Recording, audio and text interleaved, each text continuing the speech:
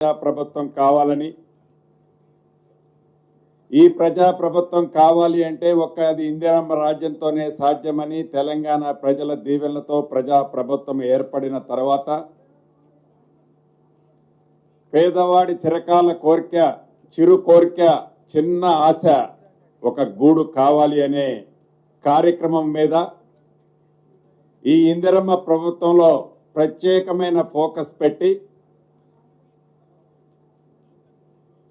రాష్ట్ర ముఖ్యమంత్రి వర్యులు రేవంత్ రెడ్డి గారి ఆధ్వర్యంలోని నాయకత్వంలోని ఈ ప్రజా ప్రభుత్వంలో సహచర మంత్రులందరూ సూచనలు, సహచర శాసనసభ్యులు, శాసన మండలి సభ్యులు, పార్లమెంటు సభ్యులు సలహాలతో మొదటి విడత రాష్ట్ర వ్యాప్తంగా ఇళ్ల స్థలము ఉన్నవారికి 4.5 లక్షల ఇళ్లు ఇవ్వటం జరిగింది. ఏవైతే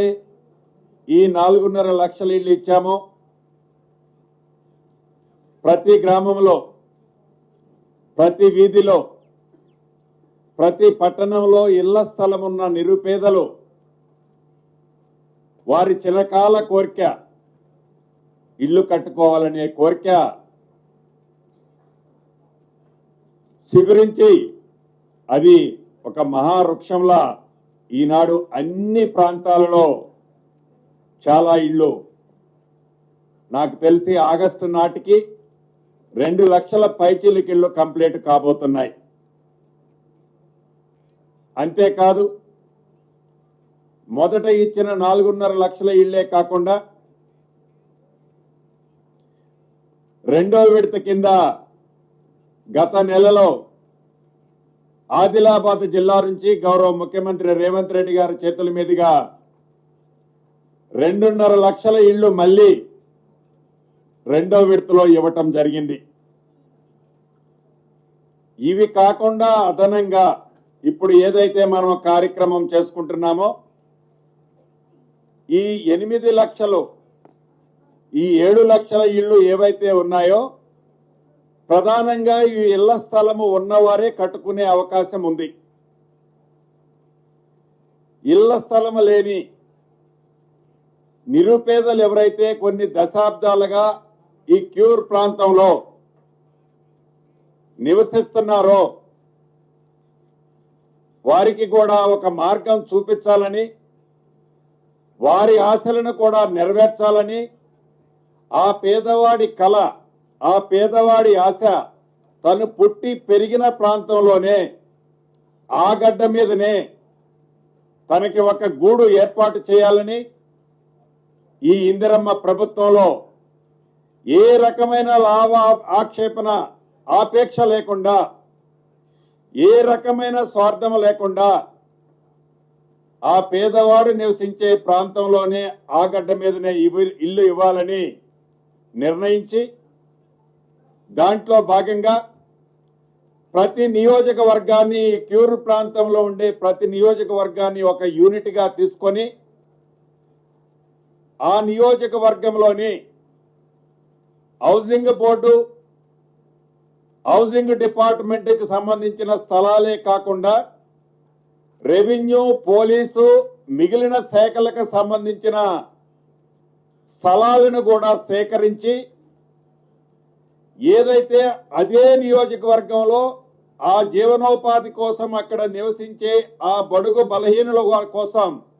ఇళ్ళిచ్చే కార్యక్రమం శ్రీకారమే ఈరోజు ఈ 1 లక్ష ఇళ్లకై లాంఛనంగా ప్రారంభించే కార్యక్రమం బ్రోచర్స్ కనుక ఇతరత్ర. ఇది తప్పకుండా ఆ పేదవాడి ఆత్మగౌరవం, ఆ పేదవాడు ఎక్కడో 30-40 కిలోమీటర్ల సిటీకి దూరంగా ఒక అంటరాని వాడిలాగా కేవలం తను పని చేయటానికే ఉన్నాను అనే ఆలోచన ఆ పేద గుండెకి రావద్దు అని ఈ కోర్ ప్రాంతంలో గజము 2 లక్షల నుంచి 3 లక్షలు, సుమారు ఎకరము 100 నుంచి 250 కోట్లు విలువ చేసే భూముల్లో డబ్బు ముఖ్యం కాదు,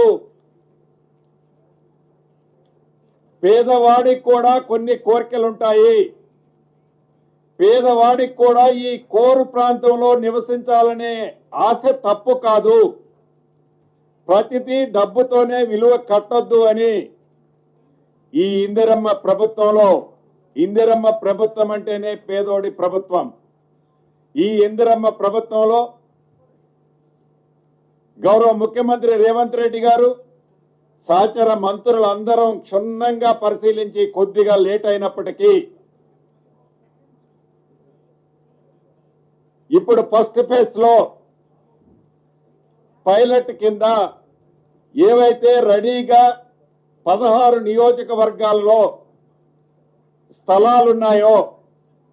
ఆ స్థలాలకు సంబంధించిన దాంట్లో ప్రతి నియోజకవర్గంలో 500 ఇళ్లని అపార్ట్మెంట్ రూపంలో కట్టి ప్రతి అపార్ట్మెంటు, ప్రతి ఫ్లాటు 525 చదరపు అడుగులు ఉండే విధంగా డిజైన్ చేసి ఈరోజు వాటికి సంబంధించిన అప్లికేషన్ విధి విధానాలని ఇప్పుడే సహచర మంత్రివర్యులు, సహచర గౌరవ శాసనసభ్యులు, శాసన మండలి సభ్యులు సమక్షంలో, మీ అందరి సమక్షంలో లాంఛనంగా దాన్ని ఓపెన్ చేసుకున్నాం, ప్రారంభించుకున్నాం. ఈ ప్రభుత్వం ఏర్పడిన తర్వాత ప్రత్యక్షంగా మేము చూసిన కొన్ని విషయాలు మీ దృష్టికి తేవాల్సిన అవసరం ఉంది. ఈ క్యూర్ ప్రాంతంలో నివసించే నిరుపేదలు పడుతున్న ఇబ్బందులు ప్రత్యక్షంగా ఏవైతే చూశామో వాటిని మీతో షేర్ చేయాల్సిన అవసరం ఉంది. ఇది విమర్శ కాదు. ఆనాటి ప్రభుత్వం యొక్క ఆలోచన విధానంలో చిన్న పొరపాట్ల వల్ల వారి ఆలోచనని సరిగ్గా పెట్టి ఉంటే ఆ కట్టిన కొద్దో గొప్ప ఇళ్లైనా కూడా నిజంగా నిరుపేదలకి ఉపయోగకరంగా ఉండేవి. అలా చెయ్యని కారణంగా ఏవైతే వారు కట్టాము డబుల్ బెడ్రూమ్ అని చెప్పే వాటిలలో ఎలక్షన్లకి కపుల్ ఆఫ్ మంత్స్ ముందు బెనిఫిషరీస్ ని ఫైనల్ చేస్తే సుమారు 21-22 వేల మంది బెనిఫిషరీస్ ని ఫైనల్ చేస్తే కేవలం 9-10 వేల మంది ఆ బెనిఫిషరీస్ ఆ స్థలాల్లో నివసిస్తున్నారు. దానికి కారణం ఒక్కటే, వారిని అంటరానితనం వలననో లేకుంటే వారు ఈ కోరు ప్రాంతంలో నివసించొద్దని ఆనాటి ప్రభుత్వం యొక్క ఆలోచన వల్లనో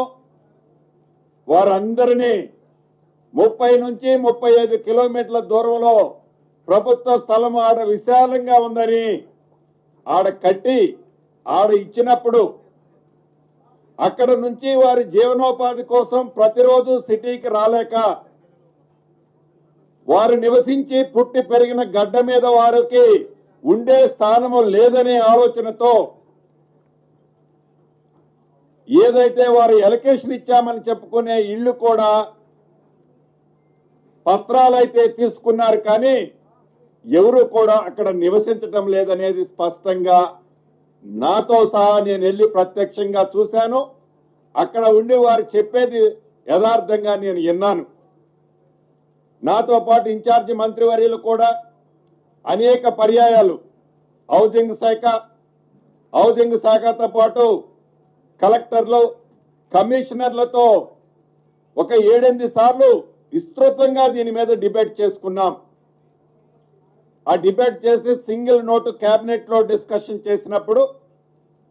గౌరవ ముఖ్యమంత్రి గారు, సహచర మంత్రులందరూ ఇది పేదోడి ఆత్మ గౌరవానికి సంబంధించిన విషయము, మీరు ఆ పేదోడికి అపార్ట్మెంట్ కింద ఇచ్చే అన్డివైడ్ ల్యాండ్ ఏదైతే ఉందో అది సుమారు 40 నుంచి 60 లక్షల రూపాయలు ఓన్లీ ల్యాండ్ కాస్టే ఉంటుంది. ఏదైతే ఈనాడు మనం ఐడెంటిఫై చేశామో ఈ ఐడెంటిఫై చేసిన ప్రాంతాల్లో కానీ భవిష్యత్తులో చేయబోయే ఐడెంటిఫై చేసే ప్రాంతాల్లో కానీ కేవలం ల్యాండ్ కాస్టే అన్డివైడ్ షేర్ ఏదైతే మనం రిజిస్ట్రేషన్ చేస్తాం